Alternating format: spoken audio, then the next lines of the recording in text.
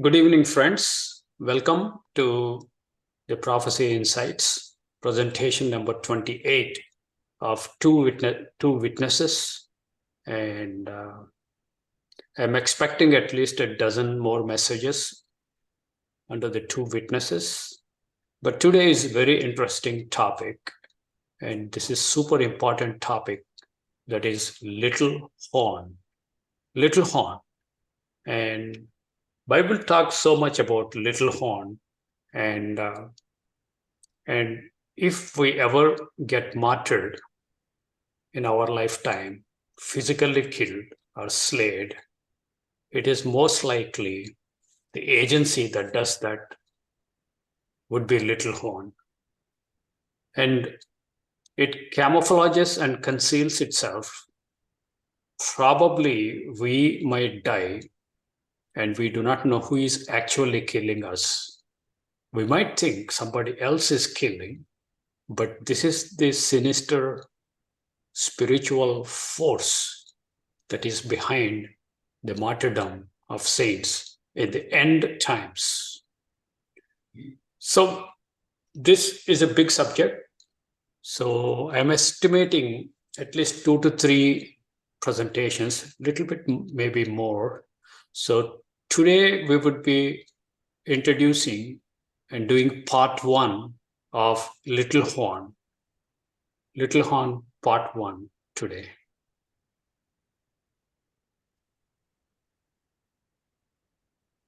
So this is the standard diagram. This is the vision that is shown to prophets, and they see this vision in terms of the semeion. The pictures and symbols and types and shadows were shown in a vision, and sometimes the interpretation is given by God, or it is given by an angel or any messenger from heaven sent by God to give the interpretation. Without interpretation, the prophets faithfully recorded what they saw in the vision. The vision typically one animal, elephant, kicking another animal from a building on which a US flag flies. And this is a cartoon appeared after the presidential election results were announced, and Democrat candidate lost to the Republican. So the outgoing president was represented by donkey, and the incoming president is elephant, and elephant is going to occupy this house because of the change due to the election mandate by people or citizens of US.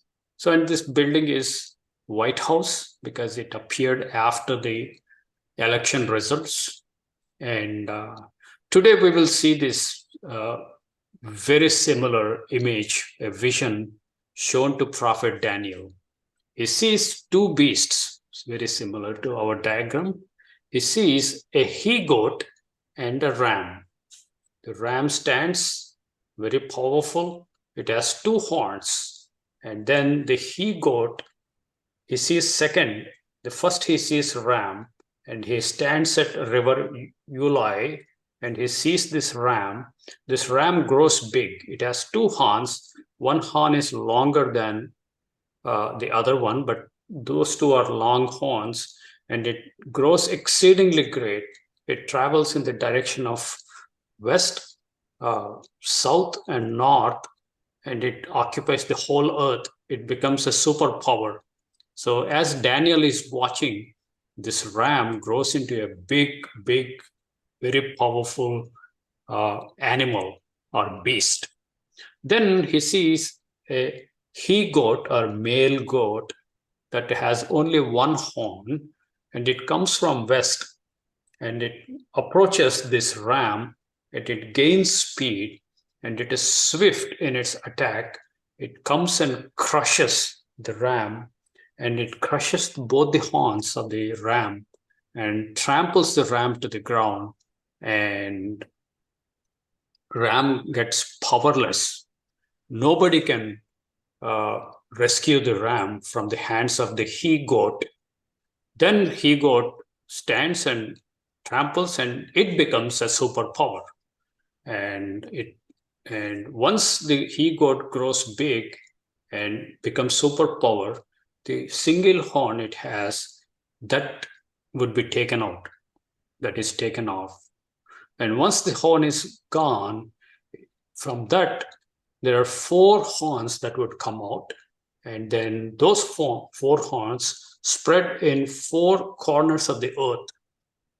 And then we see those four horns become four big beasts themselves. This is still vision progressing for Daniel. So the horns become big animals in themselves, and from one of the horns, one of the four animals that come out of the he goat, comes the little horn. So here the ram, the first animal, is Persia, the Medo-Persian Union. And the he goat that comes and hits is Greece. So this is what the angel comes and interprets. So Daniel sees the vision and records for it, and Daniel scratches his head and he has no clue of what this vision means. So just like this elephant kicking donkey, we have no clue. Then the angel comes, Gabriel, and gives the understanding and interprets for him. So up to first portion of the scriptures, we were seeing the vision. Vision is Semeion. And after that, angel gives the interpretation or explanation of the Semeion. And he says ram is Greece, ram is Persia, and the he goat is Greece. And the ram has two horns. One is Medes, and second is Persian, the Persians. So there are two ethnic people. They came together and formed the union. So we call them Medo-Persian Union. That is the ram. And the attacking party is goat or male goat, he goat, that is Greece, Greek kingdom. And the notable horn is Alexander the Great. And he comes and conquers and decimates the Persian Empire and conquers it, tramples it to the ground, and he has a great victory. But shortly afterwards, Alexander dies, the horn is removed, and then the four notable horns come out. So the four notable horns are four kingdoms, four beasts, and in four directions of the earth: north, south, east, west. And one of them is Seleucid dynasty. The Seleucid dynasty, from that comes the little horn. And the little horn does lots of things. And we will pick up the story, what the little horn does. And it's amazing and amazing and amazing. Just amazing. So let's go and Revelation 11, we are in chapter 11 for the two witnesses. Why we are talking about the beasts is verse 7. We are exploring the verse 7 of Revelation 11. Let me read that for you. And when they shall have finished their testimony, that is, the two witnesses, when they have finished their testimony, the beast that ascends out of the bottomless pit, this is the beast, out of bottomless pit, that shall make war against the two witnesses and shall overcome them and kill them. So this is the beast. And we see very, very, very similar patterns for this little horn. It does exactly very similar things. There are lots of patterns, phrases that match with the little horn.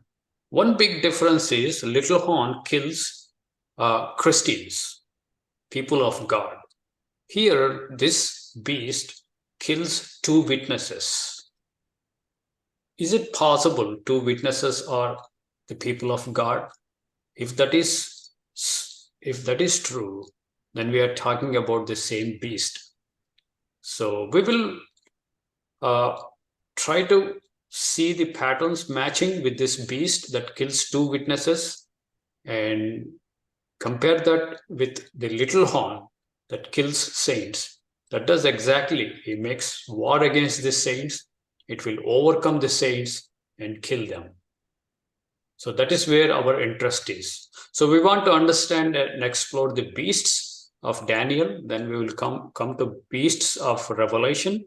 And then we will come back to this verse and try to make sense. So I will launch into the presentation.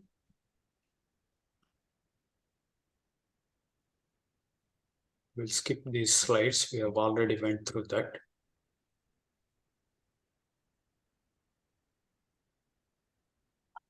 So this is Daniel, beasts of Daniel. And we have here Daniel chapter 2, which Nebuchadnezzar was shown statue kingdoms. This is the statue. The head is Babylon, and arms of silver are Medo-Persia, and Greece is thighs, belly and thighs, and the legs are iron, Rome, and then feet and clay, some future kingdoms. And then we have Daniel 7. We have 4 different beasts, and we have a lion with eagle's wings, and a bear with 3 ribs in its mouth, and a leopard with 4 heads and 4 wings of a bird, and then a dreadful, terrible beast that we discussed last presentation. So Daniel 7, and then Daniel 8 talks about these 2 beasts, ram and he-goat. Ram and he-goat. Actually, we see this vision of Daniel 8, which Daniel is shown. The angel comes and interprets for us. He tells the ram is not really ram. It's a representation of Medo-Persian Empire. And he-goat is not really a goat. It is a representation of Greece Empire. So these two we have to place here, Medo-Persia and Greece. This is where the story revolves. So Babylon is taken, defeated by Cyrus, and the Persians would rule. And after Persians, the Greece would take over, becomes next superpower. So the Persians are overtaken, defeated, and decimated, crushed by Greece. And Greece disintegrates itself after its life cycle. Then the Rome takes over. Rome does not really defeat Greece. Greece dismantles itself. It goes into oblivion, and Rome rises into prominence, and slowly it gets the power. And they love Greeks, and they love Greek culture, Greek philosophies. So they embrace much of Greek culture into Rome, and they try to preserve and give a place of respect for Greece. But Greece is not like that to Medo-Persia. They just knock down everything that is Persia. So we are here in our story in Daniel 8, Medo-Persia being crushed by Greece. So we have 2 animals. And what does these pictures tell us? Every superpower, the world empires, even though they may appear to be forever empires, but they all have their own life cycle. They will be there for a few years, few decades, and then they come to the natural end. It is no more. And then another superpower comes into existence. So however great, however strong a superpower might appear, but it would soon be history. Another superpower would come. This is normal, this is natural, this is what we have seen through the history as well as scriptures. So don't be surprised. The superpowers would be overtaken by a new set of superpowers. It's normal and natural. So we're seeing that transition from Medo-Persia to Greece. So from Greece comes the little horn. So we'll go to the standard diagram. Daniel 2, we start with Babylon, Nebuchadnezzar, his head, fine gold. And these are statue kingdoms. Medo-Persia, breast and arms, silver. And Greece, belly and thighs. and there's brass.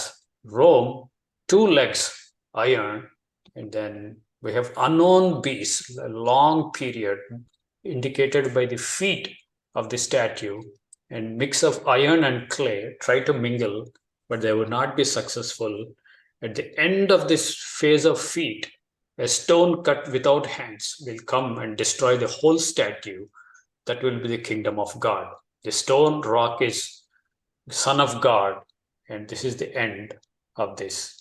But interestingly, we see at the end of Greece, actually, Greece becomes four parts after Alexander. One of the parts is Seleucid dynasty, and from Seleucid dynasty, you get the little horn. And little horn is discussed always with respect to Judea. So they come and do the devastating thing to Judah. And remember, at this point, Babylon, Medo-Persia, and Persian kings tell Jews that they can return now and build the temple. So some of the Jews come back to Judea and they build the second temple, the later house, and then more immigration takes place. And then you have a good Jewish presence, and it becomes an independent, it's kind of a country of its own at this point, but some superpower always ruled. They're not 100% independent, sovereign nation. So the nearest superpower would would would take over or at least exert its influence, and Judah would be a vassal state. So now they are a vassal state of Greece. Greece is most powerful with four corners of the earth and four kingdoms after Alexander. The Seleucid kingdom has now full influence of Little Horn in the form of Little Horn, and then they take complete control of Judea. So by this time, Judea is a small, weak country, but Israel, northern 10 tribes, are still in captivity into Assyria. We don't know about them. They are lost 10 tribes. But the scene revolves around Judea. Judea is still people of God. If you go by physical layer, the Sinai covenant Old Testament layer, they were the only people of God that are left. So that is the small, tiny portion of Israel, or they are still left. Many of them are faithful to what they know, to the temple, to the festivals, to sacrifices, to be right with God. But some of them, obviously, they are not right with God, but there is a threat to their right standing. Whoever are faithful to God with whatever little they know, those faithful people to God from Judea or Judeans, this little horn comes and attacks and makes them fall and persecutes them. And the one person of interest is Antiochus Epiphanes. And this is outside of Bible. We are going into secular history, and he apparently goes and kills a bunch of Jews and Judeans and comes to the temple. Now it is a second temple, the later house, and he desecrates the temple and he offers a pig on the altar just to irritate Jews and subjugate them, telling them that he is the powerful man and you guys are nobody. So he was upset and angry with the Jews, and there was politics going on. So he shows his fierce anger towards Jews, and that is desecration of temple. So this is a pattern. This is a shadow of little horn.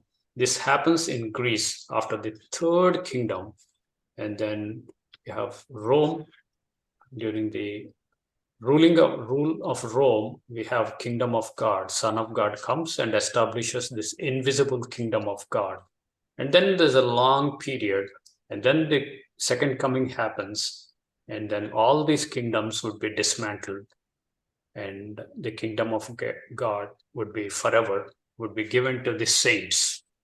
So we see this pattern from Daniel 2, and then we come to Daniel 7.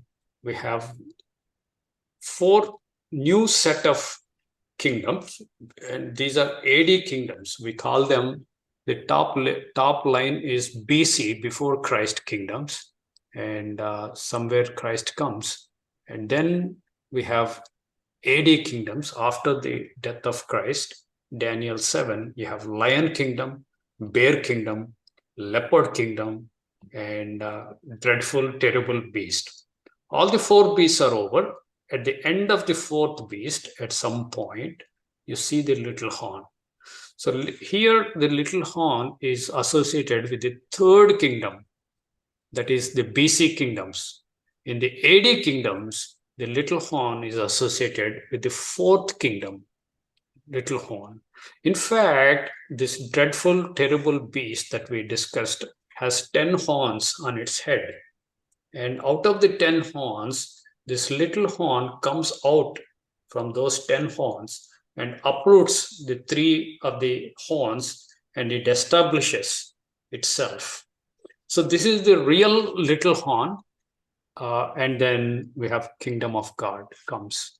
So when the kingdom of God, second coming, comes, it destroys all these kingdoms, because kingdoms of this world have become kingdoms of our God and his Christ. So this is the mega event, second coming. Both are same events. And the little horn here is the most dangerous, dreadful entity that kills and produces the martyrdom, huge, wide martyrdom for the saints, people of God under new covenant. Here, this is a shadow of little horn. This is in the BC kingdoms. God gives us a shadow, and then this is the real thing. This operates before the second coming of God. So end time, these are the 2 prominent entities.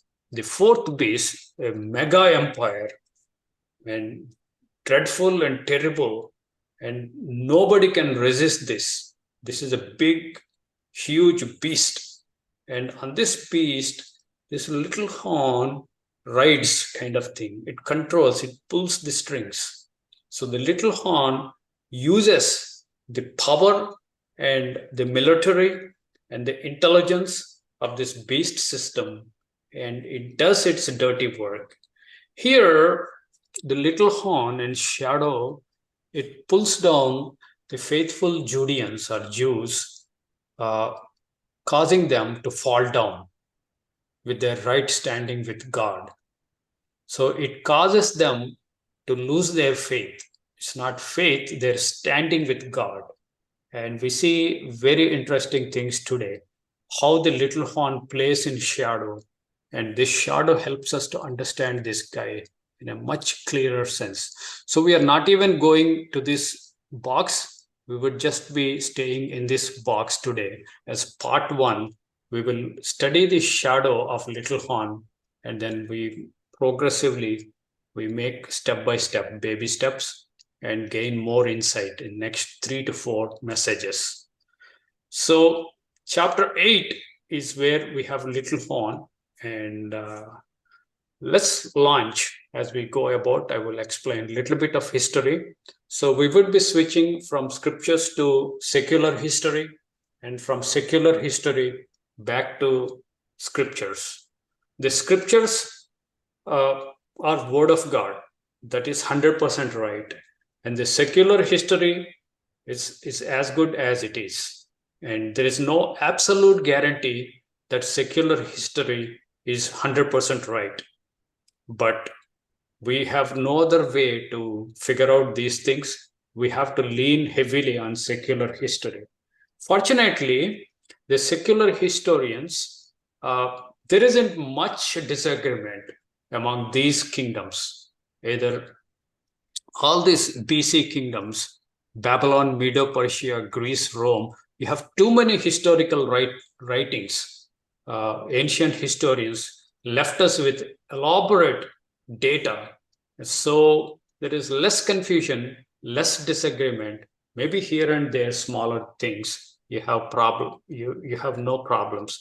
But if you go to Egypt and Egyptian uh, history, there's big controversies among the historians and scholars. So I think there is, we have to go that, but we should understand that is not scripture. Whenever we turn to secular history, take it with a pinch of grain of salt. With that warning, we will launch into the presentation.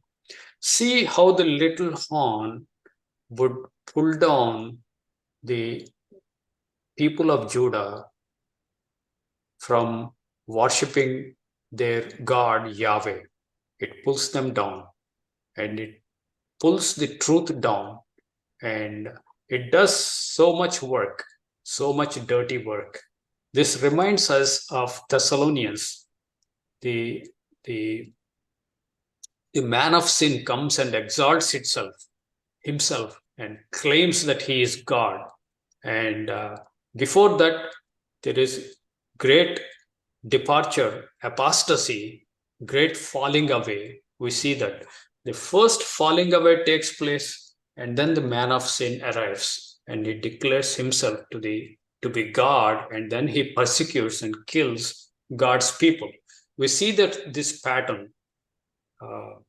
So Bible uses the falling away in different phrases, as well as the man of sin lifting himself, which we see in Thessalonians. So we see the pattern, and let's launch into Daniel 8. So we would be in Daniel 8 all through this evening and try to make a survey of the little horn shadow.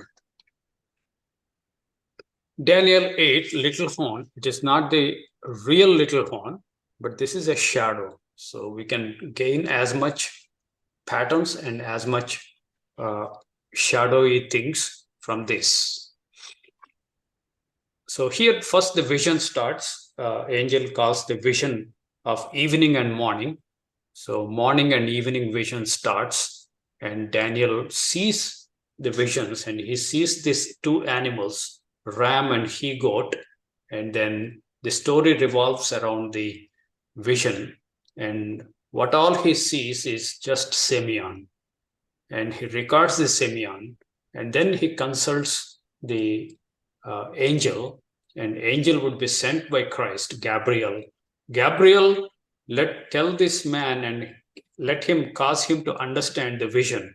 So the Gabriel comes and gives the supernatural understanding to Daniel, not because of high IQ of Daniel, but because of the external divine revelation. Daniel is given the full explanation, each of the animal, what is happening, what are the dynamics, and then the little horn comes and it does its dirty work. So with that, verse 1 of Daniel 8, in the third year of the reign of the king of Belshazzar, a vision appeared unto me. So the vision is a vision appeared unto me, that is Daniel, even unto me Daniel.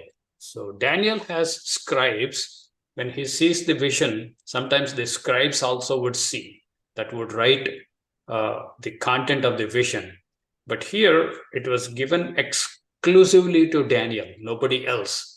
Even unto me Daniel, after that which appeared unto me at the first. So, and I saw in a vision, so here he is explaining, he's writing down what he just saw. And I saw in a vision, and it came to pass when I saw that I was at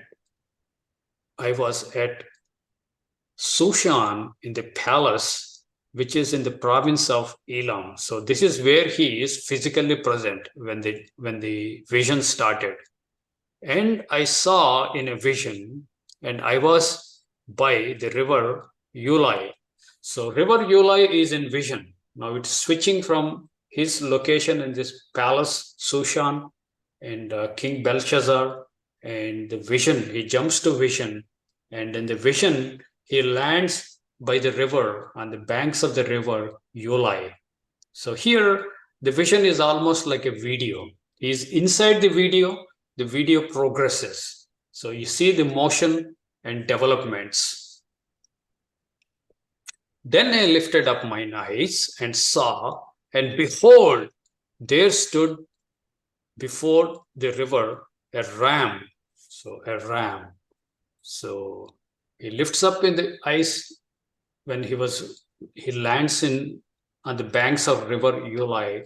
He lifts up his head and he sees this huge big ram. And later on, Gabriel tells Daniel that the ram is Medo-Persian Union. So Medes and Persians, there are two ethnic groups and they are represented by two horns. When we come to interpretation, we will see that. So ram is Medo-Persian, which has two horns here. King James introduces two inserts. It's not there in the original. It has horns, and the horns were high, both the horns, but one was higher than the other. So what does this phrase means? This phrase means there are two horns. One is higher than the other. The Persians have higher horn than the Medes. So even though they're equal, but Persians have a little bit more edge in terms of power and influence over Medes. Nevertheless, it's one kingdom, Medo-Persian Union. So what does this tell us? The horns. Horns, sometimes it refers to an individual king. Sometimes the horns refer to the whole dynasty of that kingdom. And other times, as in this case, we would see the horns are representing to two portions of the kingdom. So Medo-Persian Union is a kingdom. So the horns can represent the whole of the kingdom. So it can include the people, the military, the finance, the political, the whole of the kingdom can also be represented by horns. So the horn, when it says little horn or great horn, it can represent several things, but always refers to a kingdom because it's a part of the beast. The beast is the bigger animal, and on that there are little horns. So the horn can represent the whole beast or as power within the beast system, a king or set of kings as a dynasty. So just with this broad understanding of horns, we will continue. So this is the beast. It was shown the beast. So this is Simeon. He's seeing a beast. That's all. He was seeing a ram with two horns. One horn is bigger than the other. That's all he seeing, higher than other. And he continues to write the vision for us in terms of Simeon.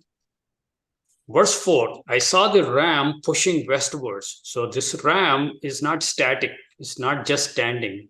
It's doing something. It is pushing westwards, northwards, and southward, so that no beasts or no other beasts might stand before him. So he's pushing and killing all the other beasts and subduing them.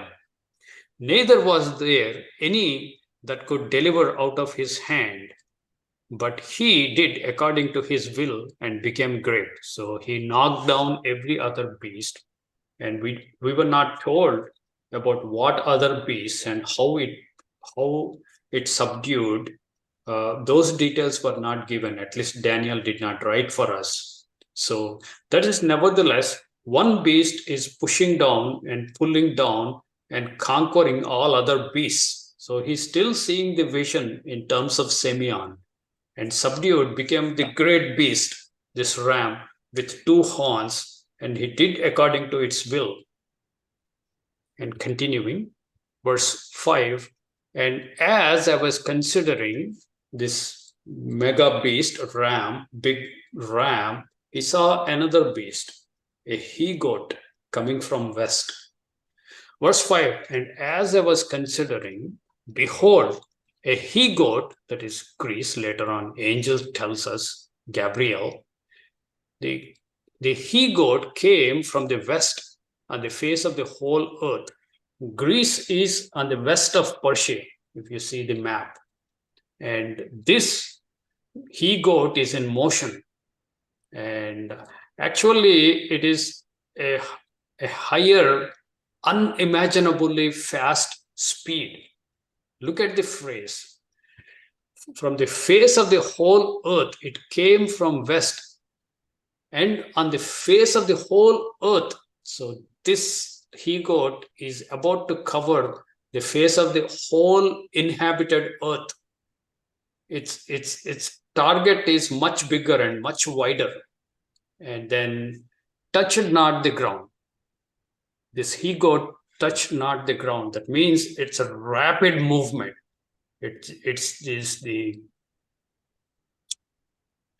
a lightning strike, and the pace is so fast as if it is not touching the ground. You know, bullet trains wheels, they do not touch the track. That's why it could accomplish greater speeds like 400 miles, 500 miles per hour. So incredible, because it doesn't have any friction. So the idea is it's as if like it's not touching the ground. So was the rapid movement. And before the enemy knows, he's already on your borders. And before you know, with this rapid lightning strike, he will just crush the people, crush the enemy nations, enemy beasts. So the notable he-goat is coming. So the he-goat has a notable horn, single horn, and we identify later that is Alexander the Great, between his eyes. So the eyes, the goat has eyes, but one horn. And that Alexander the Great leads this beast, this he-goat, which is Greece, kingdom of Greece, or Grecian armies, now headed by this horn, Alexander. So the horn is now referring to an individual king, Alexander. In the previous case of Persia, Medo-Persia, you have two horns, Medes and Persians. So it is representing two portions of the kingdom, not necessarily king, but here it is king between his eyes. And he came to the ram, he is the goat, he-goat, came to the ram that had two horns, which I had seen standing before the river. Is still by the side of the river for unknown reasons, River Ulai, and its banks are the scene scenario. And the he-goat ran unto him in fury of his power. So there is a fury of his power, and there is rashness, there is arrogance, and there is ambition, and there is a burning ambition to conquer and crush. Do we see that in modern times in any of the nations that has this kind of ambition, this kind of rapid movement, and this kind of lightning strikes? Verse 7, I saw him come close unto the ram, and he was moved with choler against him. The choler comes from bile juices. The bile juice, the yellowish greenish juice that indicates bitterness. So he moved with that bitterness towards his enemies. So with choler against him, and smote the ram and broke his two horns, and there was no power left in the ram to stand before him. But he, that is he-goat, cast him, that is cast the ram down to the ground, and stamped upon him, and there was none that could deliver the ram out of his hand. So here one kingdom is taking and crushing the other kingdom.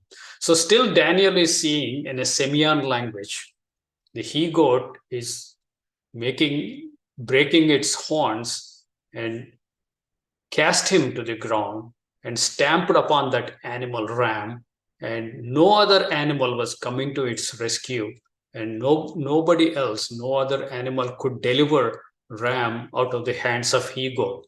That is what Daniel is seeing. That is what God is communicating to Daniel in the language of Simeon. Verse 8, therefore the he-goat, Greece, this second animal waxed very great. This is Old English wax and wane.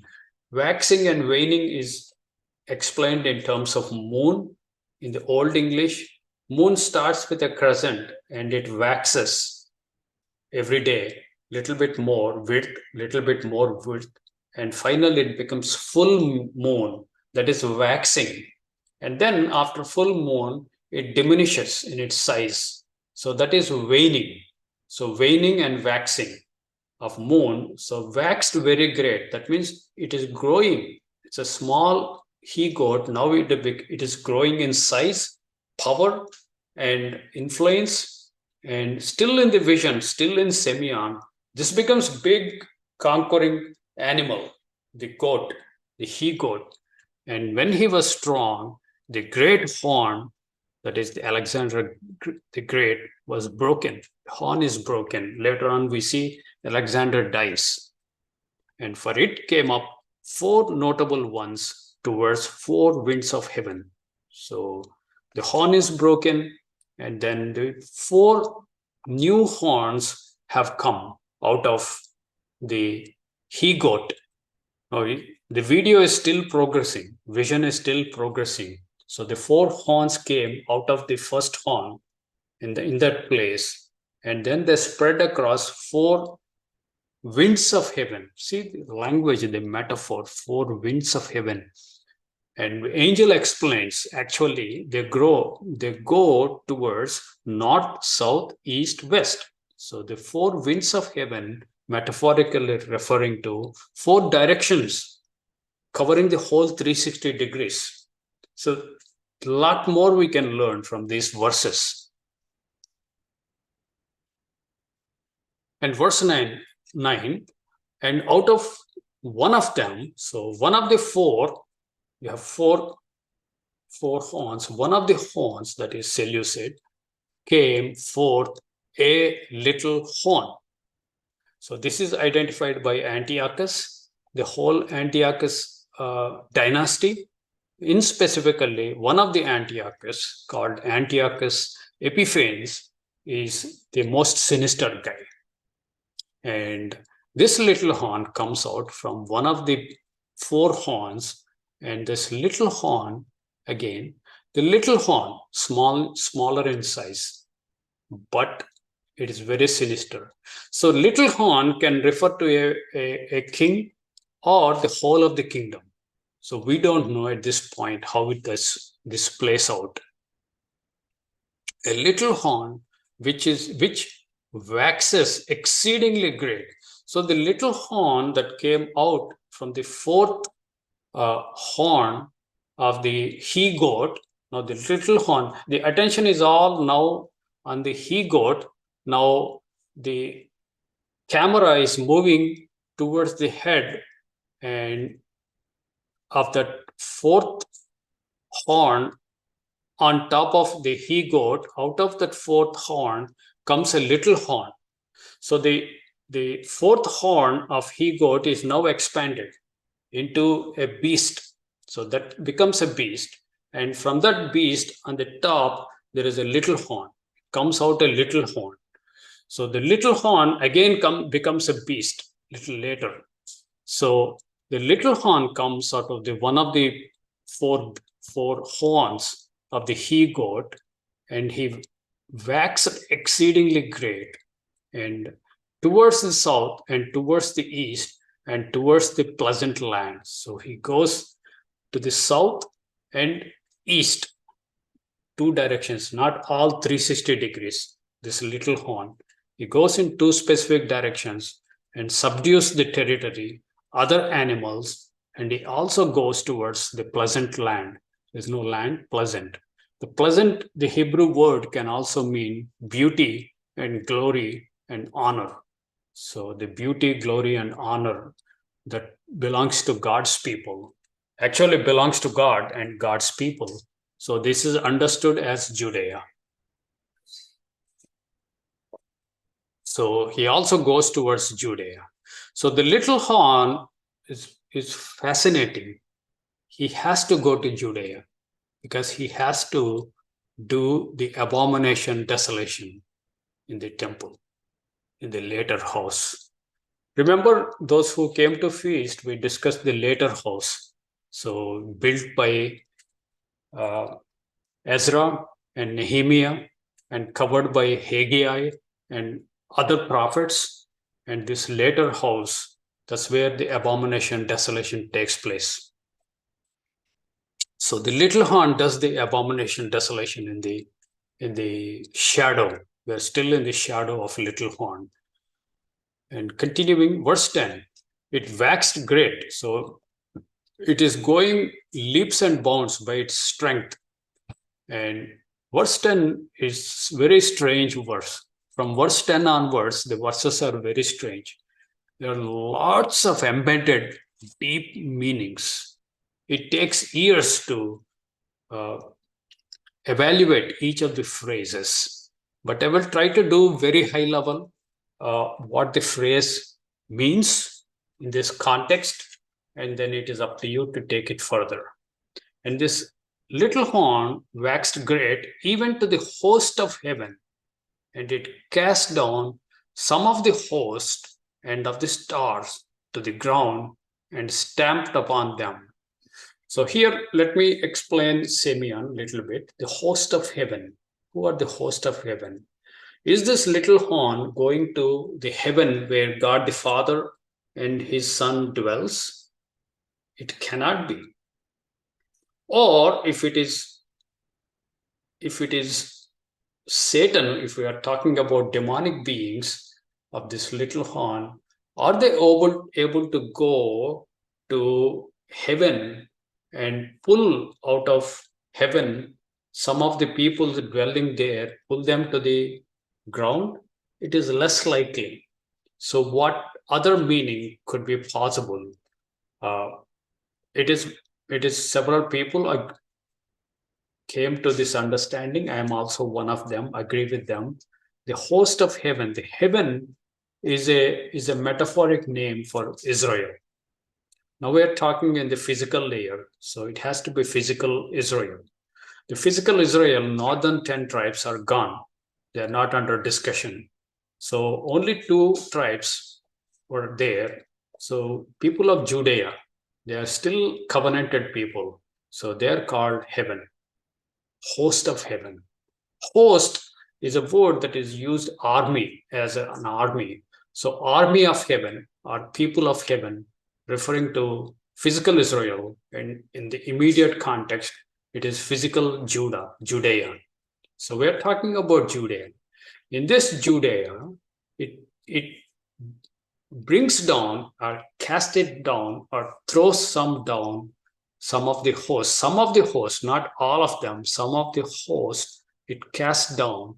And of the stars is another illusion for Israel as well as Judah. So they're called stars. Is it not what was promised to Abraham? I will make your children, your descendants, as sand of the sea and stars of heaven. So there is an illusion. These phrases are used to Israel. So the stars to the ground, stars to the ground. So some of them were brought to the ground and stamped upon them. So it is doing dirty work. How it is doing? First phase, it is bringing them from heaven. So they are no longer belong to heaven. So their right standing with God under the terms of Sinai covenant, that was violated. So their covenant status, their covenant relationship with God is cut down by some means, and then they will be stamped upon them. So it will stamp upon them and persecute them, in other words, and puts them to death and causes them to be sent to jails or severe persecution, and put all kinds of pressure on them after bringing them down. So here in the shadow, it is affecting the godly status, godly standing of the people of Judah. That's what this is doing. Here, from shadow, we can learn to us, we are spiritual Jews, spiritual Judea. When the little horn, spiritual little horn comes, it does exactly same. In fact, we were told that all Christians, those who are in Christ, are actually seated in heavenly. We are seated in heavenly because of our new covenant relationship with the Father. Now, this little horn in the spiritual little horn will bring us down from heaven and causes us to dwell on earth through its deceit, through its persecution, through its persuasion.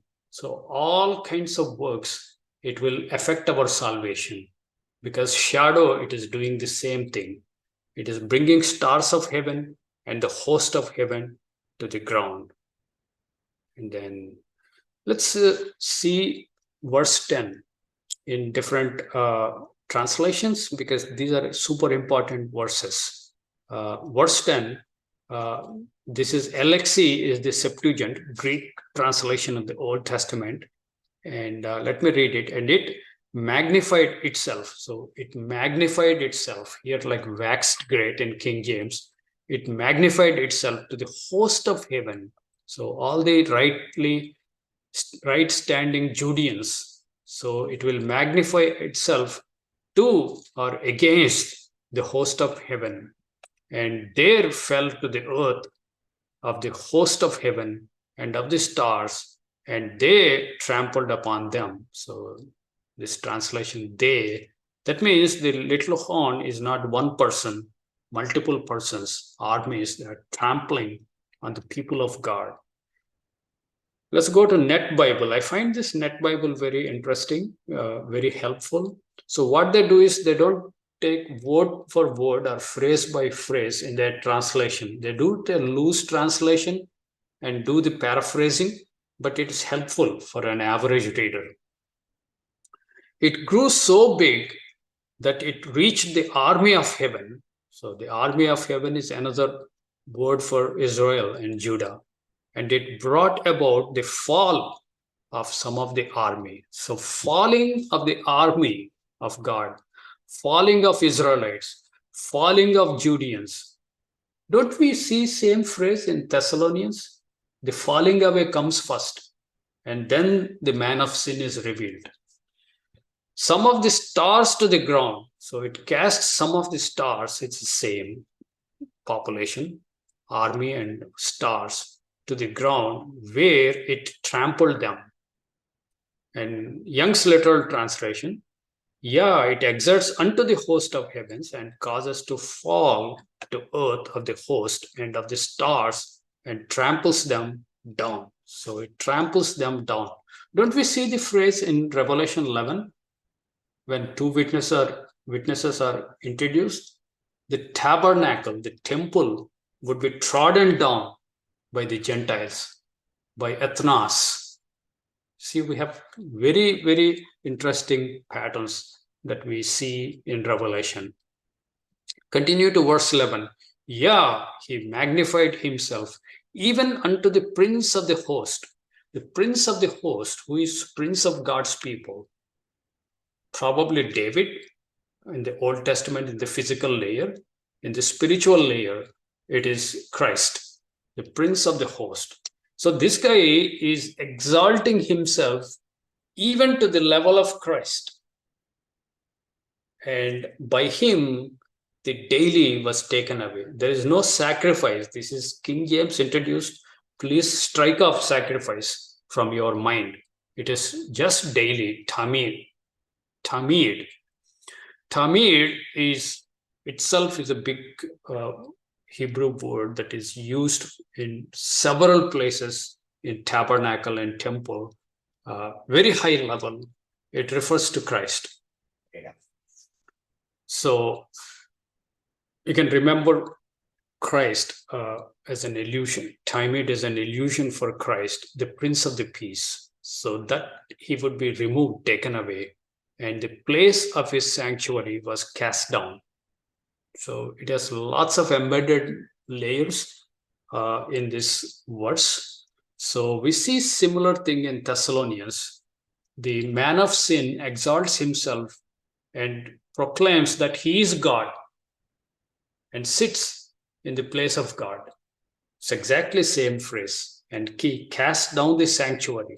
So he cast down the temple of God, sanctuary.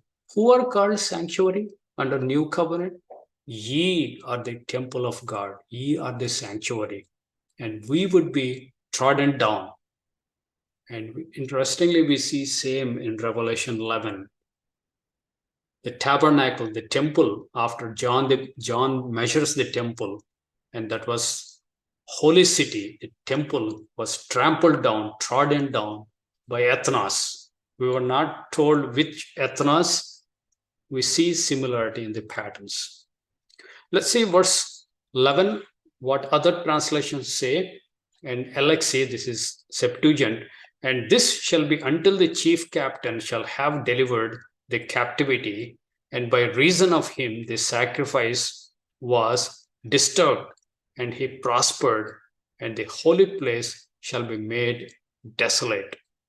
So what he is doing is, when he is casting down the sanctuary, that is what the abomination desolation, according to Septuagint.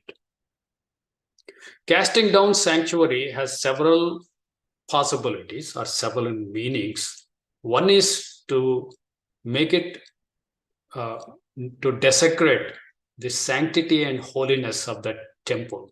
So when he offered Antiochus Epiphanes a pig on the altar, unclean animal, that amounts to the desolation, abomination desolation.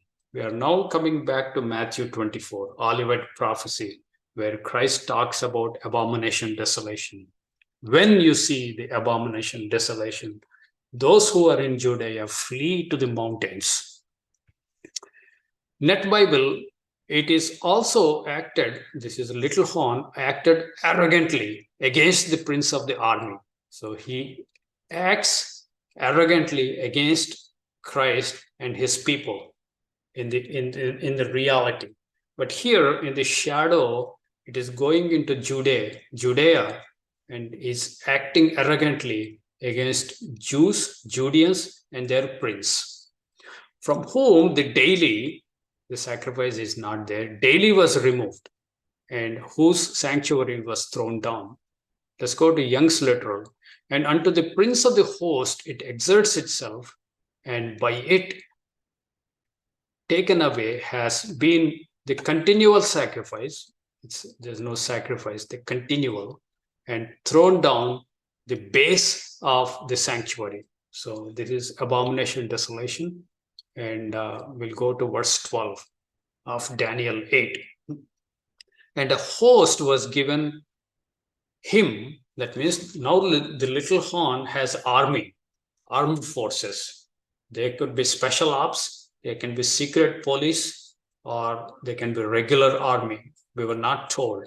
So the little horn has armed forces backing it up to do its dirty work. The host was given to him against the daily, which figuratively in multiple layers refers to Christ and his people. So against and by reason of transgression. So transgression, reason for him he is able to attack is because of the transgression, or in other words, falling away of the people of God. Then you see this little horn coming and attacking. And it casts down the truth to the ground. See the phrases. It casts down truth to the ground, the whole gospel to the ground. It opposes the preaching or teaching of the true gospel. It brings a halt to the gospel work. It casts the truth to the ground. And who is the truth? Son of God. And it blasphemes against Son of God and his people. And it practiced and prospered. It continues to grow in doing this persecution of God's people. Verse 13, then I heard one saint speaking to another. See, this is very interesting vision. He's still in vision, and now after these animals play out and the little horn comes and it does its dirty work, then he's seeing saints.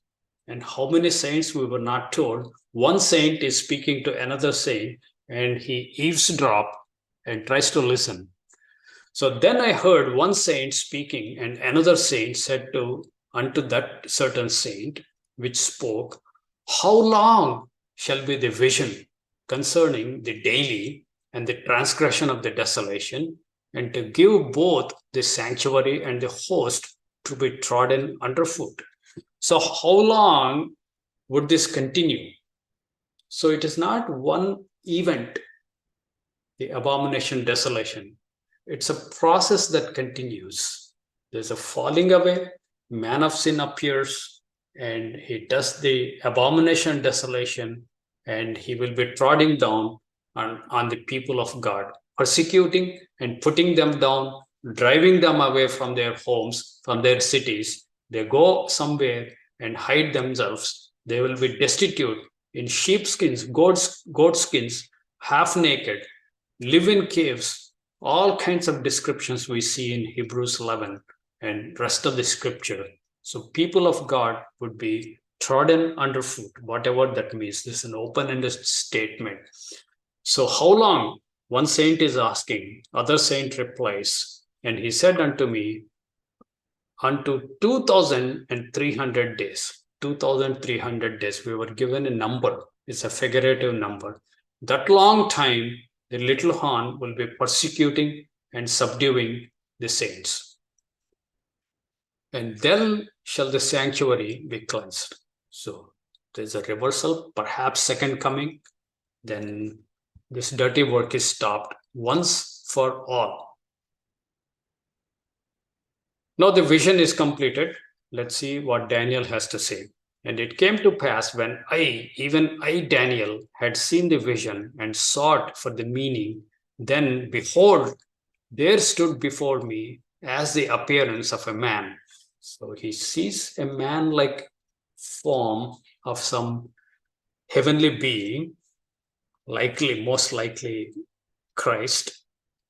And I heard a man's voice between the banks of Ulai, still in the river, which is called, and said, Gabriel, make this man to understand the vision. So this tells us, this gives us a hint. Now Christ is instructing Gabriel to go and make this man understand the vision. So up to this, what he saw is just Simeon, a video played with all the characters, animals, horns, and the battle in the wilderness. Now we were given the meaning of Simeon, meaning of this real meaning. So Gabriel gives understanding to Daniel. Let's see. So he came near where I stood. So Gabriel approached Daniel, and when he came, I was afraid and fell upon my face. But he said unto me, understand, O son of man, for the time of the end shall be the vision. So this vision which he has seen, it is for the last days, time of the end, not when Daniel was living. So it is not in BC. It is for AD kingdoms, where we are seeing all these beasts, where the little horn arrives on scene, not the shadow, the real one. And at that time, the vision would be in its fulfillment. Up to that point, the vision would be sealed. Nevertheless, Gabriel gives him explanation. Now, as he was speaking with me, I was in deep sleep on my face toward the ground, and he touched me and set me upright. And he said, behold, I will make you know what shall be in the last end of the indignation, that is wrath of God, indignation, for at the time appointed, the end shall be. So the end of all this persecution, all these things, at the time appointed. So the prophetic events would progress according to the timetable of God, right on time, every step, every stage. The ram which you saw having two horns are the kings of Media and Persia. So Medo-Persian Union. Here, Gabriel is telling us two horns are two portions of the kings, two kings of the Media and Persia. So the two dynasties actually. There's no single king for Media and Persia. Verse 21, as the rough goat or he goat is, and the he goat is the king of Grecia. That's Greece. He's telling this is not a goat. Goat represents Greece. And the great horn that is between his eyes is the first king, which we understand as Alexander the Great. So here, all the mystery of Simeon is unlocked. Now that being broken, whereas four stood up. So Alexander the Great dies, and four horns stood up for it. Four kingdoms shall stand up out of the nation, but not in his power. So the four generals of Alexander take over, and not because of Alexander. So Alexander is no longer there. So they become independent powers. So they're not still owing their allegiance to dead Alexander, but they evolved as independent sovereign powers. That's what it means. Verse 23. And in the later time of their kingdom, when the transgressors are come to the full, look at the thing. There's time progressing, and the angel is explaining. After a long time, it talks about Judean Jews. The transgressions, overall spiritual condition of Judah was that transgressors are come to the full. This is like falling away should come first. Then the man of sin comes. So more and more people are moving away from their standing with God. So transgressors are come to the full, a king of fierce countenance. So here the man of sin, the little horn, and understanding dark sentences. What does this mean? Many people thought about that. Understanding dark sentences is able to understand and act in a very secretive way with superhuman intelligence. It's obvious all the demonic forces are helping this little horn and shall stand up. Let's say verse 23 in different translations. And Alexi, it says, and at the later time of their kingdom, when their sins are coming to the full, this is Judea, there shall arise a king bold in countenance and understanding riddles. Let's come to Net Bible. Toward the end of their rule, when rebellious acts are complete, a rash and deceitful king will arise. Let's see Young's Literal. And in the later end of their kingdom, about the perfecting of the transgressors, stand up, doeth a king, fierce of face and understanding hidden things. So he understands certain things, certain strategies, which normal human beings would not. At least that's what I read from that. Verse 24, and his power shall be mighty, but not by his own power. And here is the key. He shall be mighty, but not by his own power. So there is some external power is given. Who is the candidate? Devil and demons. And he shall destroy wonderfully, and shall prosper in practice, and shall destroy the mighty and the holy people. He will destroy the strong and mighty holy people with strong standing with God. They also fall to the attack of the little horn. They can fall spiritually, they can also fall physically. Both are possible. The martyrdom or losing salvation when they fall spiritually. It's a mega sinister, evil force entity that will play a major role in killing Christians in the last days. Let's see Daniel 8:24 in different translations. First, Septuagint, and his power shall be great and he shall destroy wonderfully, prosper and practice, and shall destroy mighty men and holy people. So here he will destroy mighty men, the strong people. Whoever opposes this little horn, he will get rid of that. So the political, military, and financial opponents will be killed, but also the holy people. It finds holy people coming in its way. So it will also kill holy people, that is, saints. His power will be great, but it will not be by his strength alone. He will cause terrible destruction. He will be successful in what he undertakes. He will destroy powerful people and people of the holy ones. Come to the young's literal, and his power has been mighty, and not by his own power. Wonderful things he destroys, and he has prospered and wrought and destroyed mighty ones and the people of the holy ones. So he will attack Christians in reality. In shadow, he's attacking Jews, Judeans. Verse 25, and through his policy, he shall cause craft to prosper. The sinister underground secret things he will promote and causes those things to prosper. So it's not open to people, but behind the scenes, underneath people's knowledge and people's awareness, it does these clandestine secret things to move and prosper in his hand, and he shall magnify himself in his heart. He will lift himself, and by peace shall he destroy many. How is this possible? By peace. Flattering words. By flattering words, he destroys many. He shall also stand up against the Prince of Princes, that is, stands up against Christ and his people, but he shall be broken down without hand. Without hand, supernaturally, Christ will strike him down. Father will send forth his Son, and they would be destroyed. This is the end of little horn, actually 25. And verse 25, let's see in few translations.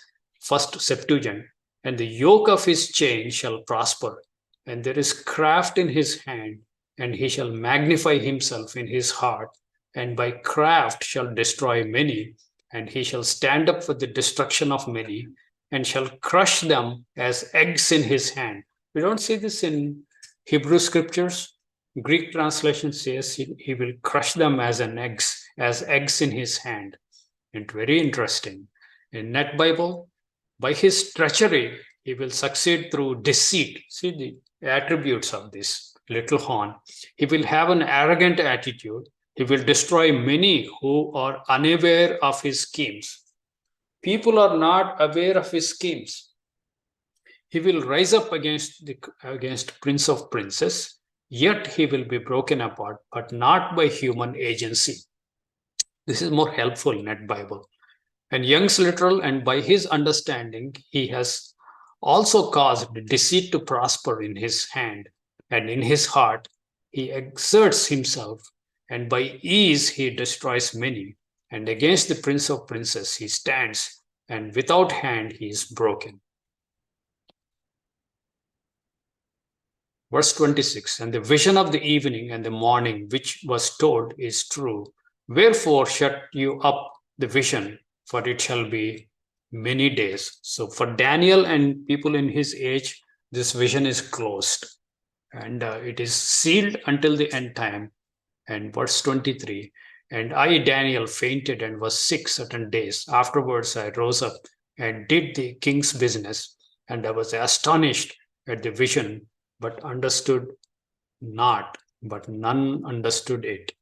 So this brings us to the chapter 8. I want to give like few minutes how this happened in the shadow. The first guy, the Antiochus I, who was beginning of the dynasty under Seleucids, he was very flattering, very friendly with Judah and Judeans, and he came as a big friend, and he encouraged them to come and participate in Grecian culture and Grecian events, and he he presented himself as a friend to Judeans, and Judeans fell for that. And people who have studied for several decades this subject, I want to show what I learned from their work. He encouraged Judeans to come and participate in the wrestling matches in Grecian cities. So they were encouraged. So in the wrestling matches, what happened was the wrestlers would fight each other, but they are naked. Both men are naked. Now the Judeans, when they participate, they get money, they get fame, and they will have great name in this society. So they will be celebrities, just like our sportsmen here in America. They're celebrities. So in order to become celebrity, you have to participate in these wrestling matches, which are naked and nude, and they were clearly identified as Hebrews, as Judeans, because of the circumcision. So, what they went through was, this is what historically happened. People have found that they go through a small surgery to undo the circumcision, and they become normal like other Gentiles, so that they will not be looked down and they will be celebrities. So the wrestlers have undone their physical circumcision in order to gain in these wrestling matches. What is the spiritual lesson for the church now? We are circumcised in heart. This little horn would cause some of us to be uncircumcised in heart. And also the Epiphanes, Antiochus Epiphanes, he is the third or last one. Or he comes and kills lots of Jews, and he enters to the temple, and he wants to teach Jews a lesson, because he found the temple is the most sacred for them. And so he goes there, and he is fully aware that they hate pig because it is an unclean animal. He takes the pig and sacrifices on the altar of this second temple. That is a picture of abomination, desolation. That is desolating the sacredness and sanctity of the temple. So he does that. So he's accredited more to be a little horn by a general body of Bible students and Bible scholars. If you ask them who is the little horn from Greece, everybody says Antiochus Epiphanes. But more recent research by other scholars, some set of scholars, they think like Antiochus I is the real perpetrator. He is the real person with flattery, with friendliness. He could convince Jews to embrace the ways of Gentiles. So that is the downfall of Judah at that time, leading all the way to this abomination, desolation, sacrilege of the temple. So you have patterns in the little horn, and then next time I will try to put a list of what we learned, and then we will come to Daniel 7, the real thing, real little horn. So with that, we will end the presentation and we'll come to the discussion.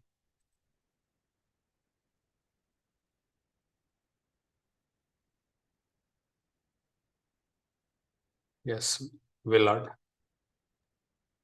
Just I don't know, a useless aside note to that, the pig that Antiochus had sacrificed on the altar, he sent his men to get the largest pig they could find, and it was a sow that was sacrificed on the altar. And I forgot right offhand what the supposed size was, but she was enormous. Just to aside, and this has been a wonderful study tonight. I have no questions. I have lots of notes in my Bible. So Thank you, history, and Willard.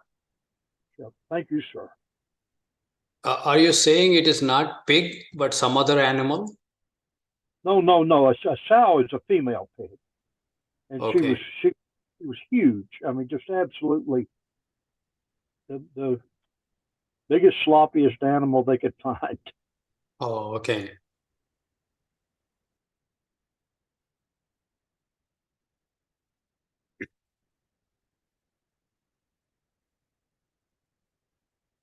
Any other comments? Any other things that you know about this little horn in shadow that we have not discussed? You want to contribute?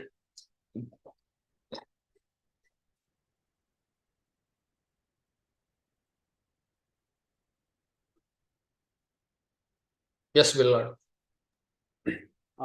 Okay, you got me. You got me thinking here. Um, uh, Epiphanes also had, I understand, a bust of himself placed in the temple. That kind of reinforces the presented himself as the prince before of all princes, that he was worthy of worship himself.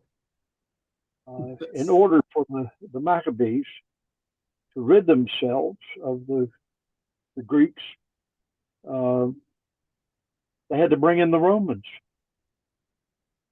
and thus we see the beginnings of Rome's presence in the Holy Lands during Christ's day. Just an interesting little sketch of history there. Yeah, the pattern demands that he should be proclaiming himself as king or man of God, whatever. Right, yeah.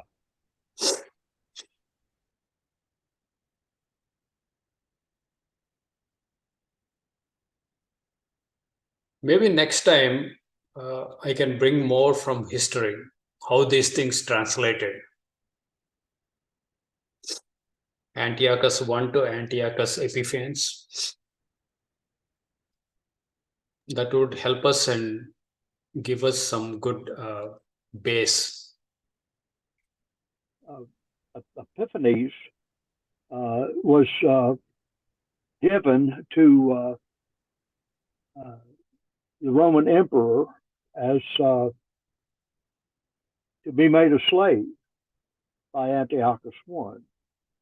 And so he grew up in that Roman culture, and not as a prince, not as a king at all. He was much abused and hate filled because of what his own father had done for him. And it was enemies of his father that promoted him into the position of the king of the Seleucids. And he was a bitter, evil, and harsh man. He was at war with Egypt, and on the return from one of his campaigns, he came to Jerusalem. Mm-hmm. Anyway, that's like I say, tidbits from my old memory. So thank you. Yeah, he also confronts Rome. Roman general apparently drew a line, a circle around him. If you step out of the circle, we'll kill you and kill your whole army. So he has to give up that, and with humiliation, he comes back. On his way back, there is Judea. So all his anger and all his shame, he takes revenge on them. So that's when. I'm sorry. Yeah, go ahead. Well, that's where the term "drawing a line in the sand" came from. Yeah.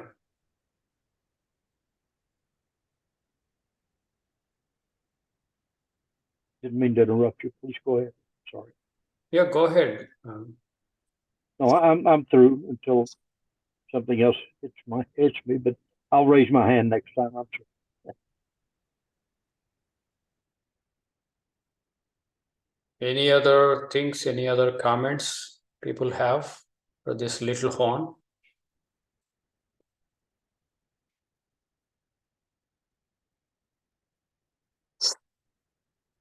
Yes, Marlene. First, one little thing on your last screen where you had the scriptures listed. For some reason, you went from verse 26 back to 23 rather than 27. Don't know why that was there. But my question is, you're talking about at the beginning, you were talking about deception. And of course, we're warned about not being deceived in a lot of ways. I think we've got to be careful about being deceived. But you said you don't know who is killing you. So we want to expand on that a little bit. Yeah. So here, if you come to scenario in Revelation, you think the little horn is a good guy. Little horn you consider as promoters of Christianity. It's all deceit. You would be supporting and you would be worshipping in some indirect ways, and that's what most Christians would be doing, and people who are like in truth, pursuing truth, they are able to see. But even some of them, if you do not see, the actual martyrdom happens. At that point, you might probably know that this is all the while we were supporting the little horn. But now I see this little horn is actually killing me. That's one scenario. The second scenario, you never knew that it is actually little horn that killed you. In the resurrection, when you look back, you see the dirty work of little horn. So that is massive, massive deception. So one way to look at it is what most Christians are thinking and counting as a good thing.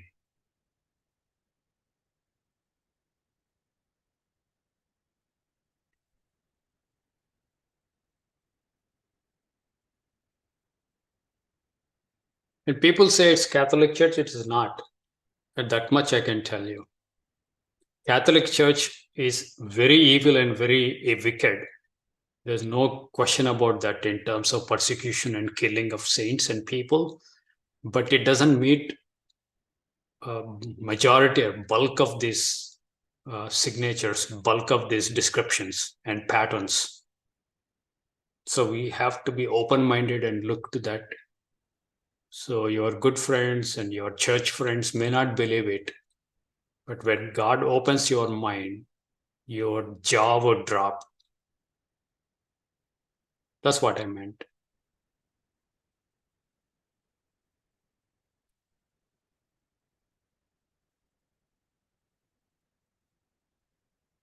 So other day, last Tuesday, Don Wales was also there.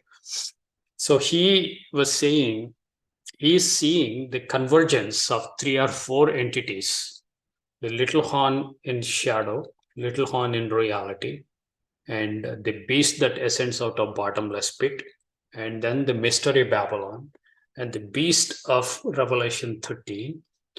He's seeing similar signatures, and he said, like, are they all same? And I said, like, I am also seeing them to be very similar. Perhaps as we study more, we see more similarities. Perhaps we are talking about same entity in different chapters, different places of Bible. But majority of the world would be supporting of that power, that horn. Majority of Christians would be supporting without any question whichever that entity is. I don't think people have supported, Christians have supported the Catholic Church like that.